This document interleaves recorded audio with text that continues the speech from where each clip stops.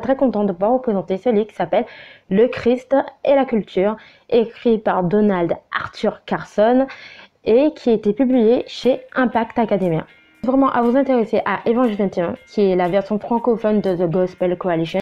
Donc il y a énormément de ressources, surtout si vous vous intéressez à la théologie et tout ce qui est la vie pratique chrétienne en fait.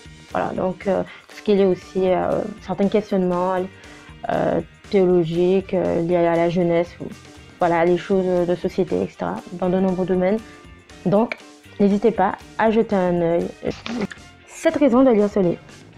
Donc la toute première raison, le but de ce livre en fait est de traiter en fait de la relation entre le Christ et la culture. Et le meilleur moyen en fait, tout simplement, de pouvoir, on va dire, encadrer le sujet, et bien c'est de s'intéresser à la définition de la culture et de s'intéresser à la définition du Christ.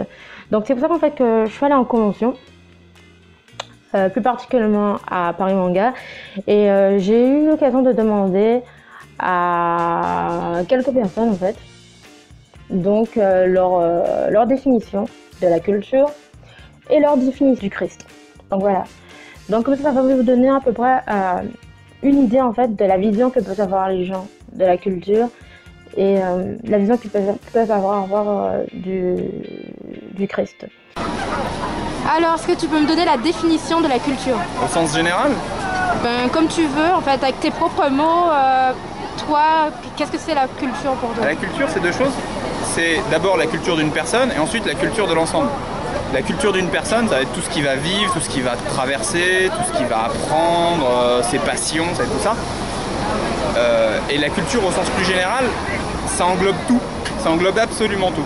Ça englobe aussi bien l'art, le cinéma, la BD, le théâtre, les jeux vidéo. Mais pas que, ça englobe aussi la religion, les rencontres qu'on fait, les choses qu'on se dit, les choses qu'on échange. Quand on est avec un pote et qu'on discute avec lui jusqu'à 2 h du mat à refaire le monde, ça change la façon dont on voit le monde, ça change la façon dont on voit les gens, ça change ce qu'on a à raconter. Et si un jour on écrit un bouquin, qu'on fait un tableau, qu'on raconte une histoire, qu'on participe du coup à la culture du monde, j'ai envie de dire, bah, ça se ressent forcément. Quelqu'un qui a vécu dans la rue pendant 10 ans, le jour où il racontera son histoire, elle sera marquée par cet épisode-là. Quelqu'un qui a vécu dans le luxe, quelqu'un qui a vécu dans la pauvreté, ça se ressentira. Et tout ça, ça fait partie de la culture. Les gens ont tendance à dire que la culture, c'est les arts et que les arts, mais c'est pas vrai. Parce que même si on prend que les arts expriment des choses. Ces choses dépendent du ressenti des gens qui les racontent. Donc tout rentre en ligne de compte. Et ces arts dépendent aussi des moyens qu'on a pour s'exprimer. Donc la technologie rentre en compte. Du coup, quand les gens parlent de culture en général, ils font une erreur qui est fondamentale, c'est de penser qu'on peut la délimiter. Mais on peut pas. La culture, ça englobe absolument tout. Les religions, les philosophies, les technologies, tout. Ok.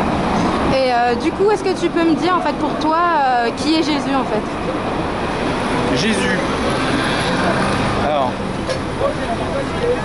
pour moi, c'est un fantasme.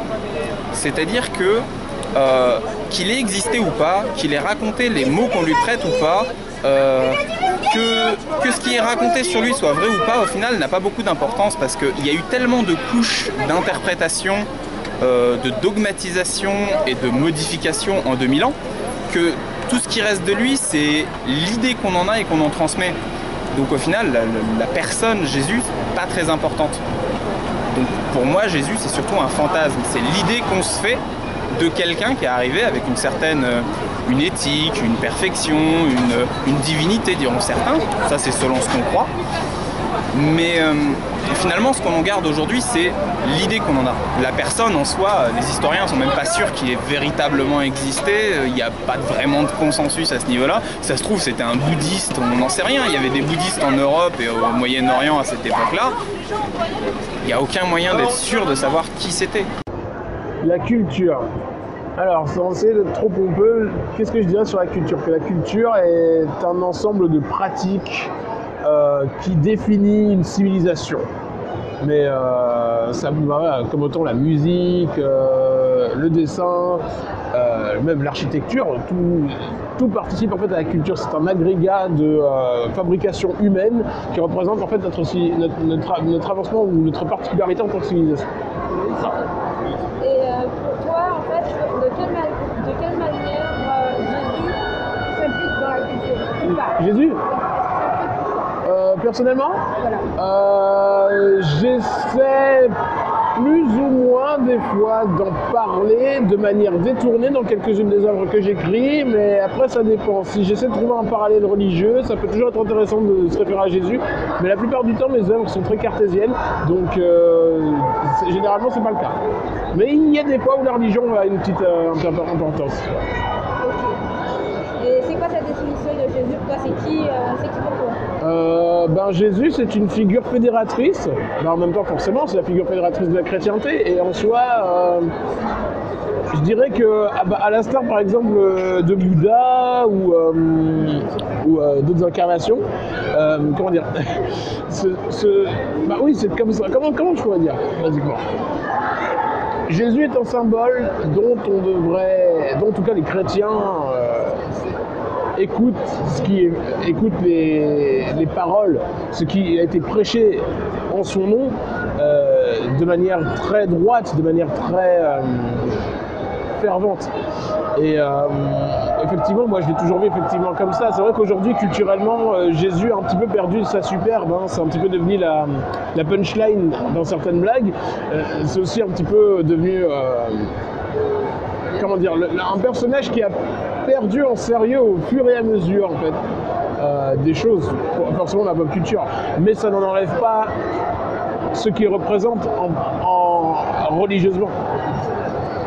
Voilà, donc il y a toujours cette forme où tu admires Jésus et en même temps tu as ce côté où ouais, tu te dis c'est quand même le badass de l'histoire, quoi.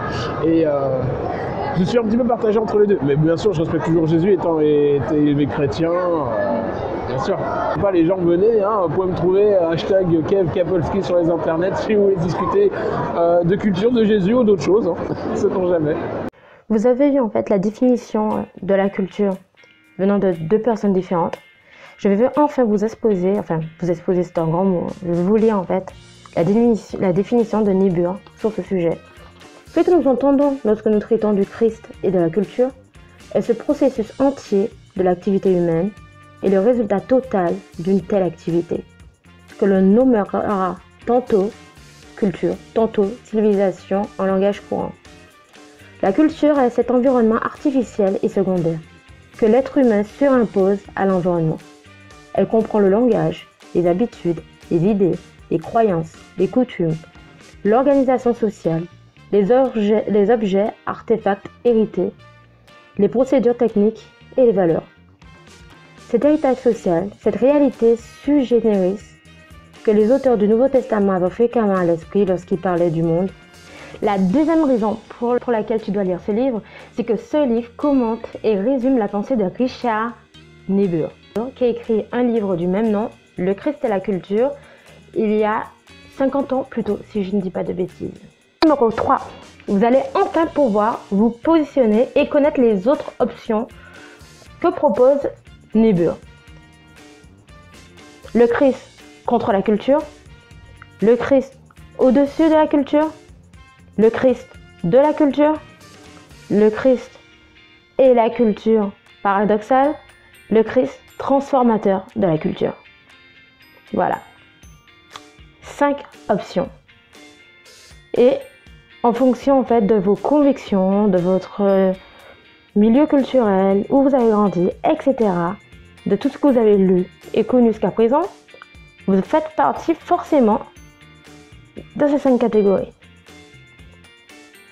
Voilà. Donc, si vous voulez savoir où je me positionne, vous pouvez me demander en commentaire. Et ce sera intéressant que vous donniez aussi vos positions par rapport à ces options. Donc, on va continuer ce top avec le numéro 4. Si vous êtes non chrétien, par exemple, vous allez pouvoir mieux comprendre pourquoi vos amis chrétiens prennent telle ou telle position dans certains domaines, en fait. Parce qu'ils forgent, en fait, leur vision du monde à travers le prisme des écritures bibliques. C'est aussi simple que ça. Voilà. si vous êtes chrétien, vous allez comprendre que d'un chrétien à un autre, à cause de la culture, certains chrétiens peuvent avoir une pratique différente de la vôtre. Tout simplement, je vais vous donner un exemple. Bon, c'est pas un exemple qui est dans le livre, mais c'est un exemple que je vais vous donner de ma propre vie. J'ai une amie qui s'appelle Sarah, qui est au Brésil. Et au Brésil, tout bêtement, c'est mal vu en tant que chrétien de boire de l'alcool. Voilà. C'est-à-dire, si vous buvez de l'alcool, les gens font partie du principe que vous n'êtes pas chrétien. Voilà. Alors qu'en France, on peut être chrétien et boire de l'alcool. Ce qui est, on va dire, mal vu, en fait, c'est l'ivresse. Mais pas le fait de boire. Ça, c'est le problème, en fait, en tant que chrétien en Europe, c'est par rapport à l'alcool, c'est juste qu'il est pas interdit de boire, mais cependant, il est interdit d'être ivre et de donner un mauvais témoignage de soi. Parce que l'ivresse va causer un mauvais témoignage de soi. C'est aussi bête que ça. Voilà. Mais l'alcool n'est pas interdit. Et ce n'est pas mal vu non plus d'être chrétien et de boire un verre de vin ou de la bière ou ce que vous voulez. Voilà. Alors qu'au Brésil, c'est extrêmement mal vu parce que c'est pour des raisons culturelles. Parce que là-bas, il y a des gros problèmes déjà d'alcool, il y a beaucoup de problèmes d'alcoolisme, etc. Donc forcément, le fait que vous ne buvez pas d'alcool, ça montre que vous êtes dans une autre mentalité, etc. Raison numéro 5. Grâce à ce livre, en fait, tu vas pouvoir élargir en fait ton vocabulaire. Tu vas connaître des mots comme postmoderne, épistémologie, anabaptiste. Et en plus de nouveaux mots, tu vas aussi connaître de nouveaux intellectuels ou redécouvrir des intellectuels comme Carson, Niebuhr, Tertullien, Augustin, Calvin, Richard Rorty, Santiago Zabala. Énormément d'intellectuels qui sont mentionnés dans ce livre. Je pense qu'il est intéressant en fait que tu puisses les découvrir en fait leurs pensées et voilà. Et qui ils étaient aussi. C'est pas question de culture générale. C'est toi qui vois. Mais je trouve que c'est important. Raison numéro 6. Je pense que tout le monde connaît le dicton qu'il faut donner à César ce qui est à César et à Dieu ce qui est à Dieu.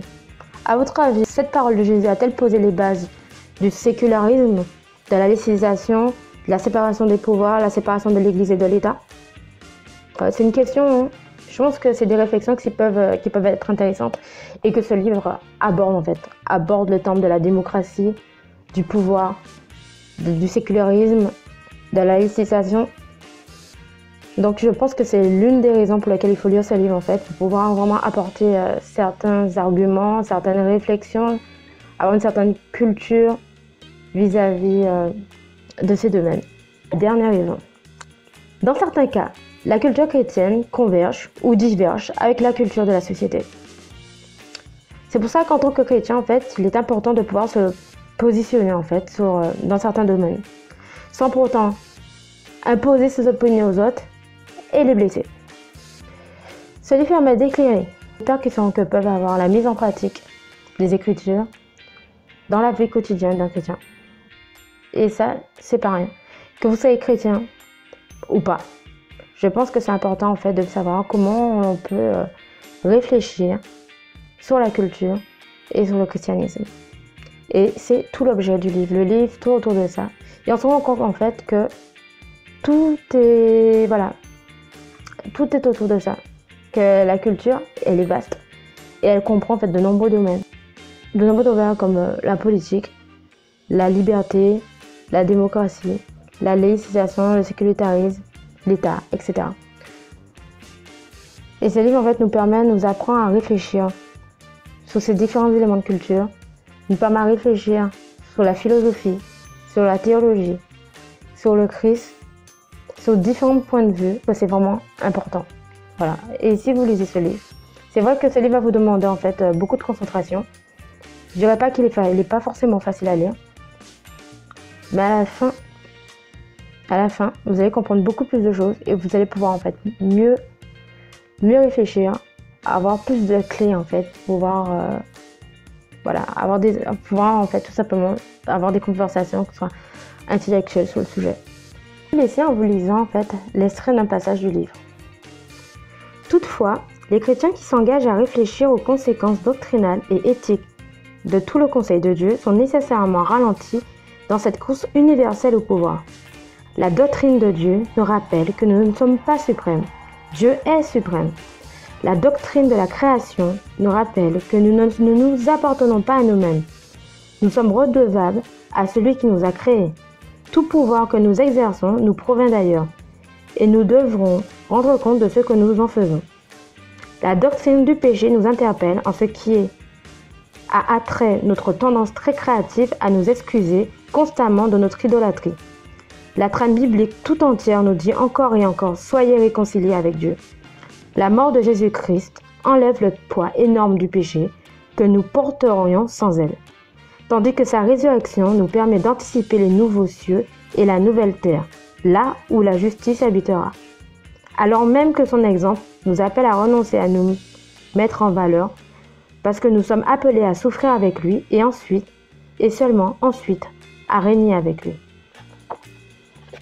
Voilà, c'est un extrait du livre Le Christ et la culture.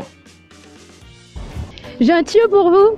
Du 1er mars au 31 mars, c'est la fête du livre. Les éditions Impact, La Maison de la Bible, BNF Éditions s'unissent pour vous offrir moins 50% sur une sélection de livres. C'est des jeux, des dédicaces et des e-books gratuits une fois par semaine. N'hésitez pas à vous connecter sur le site livreplus.com.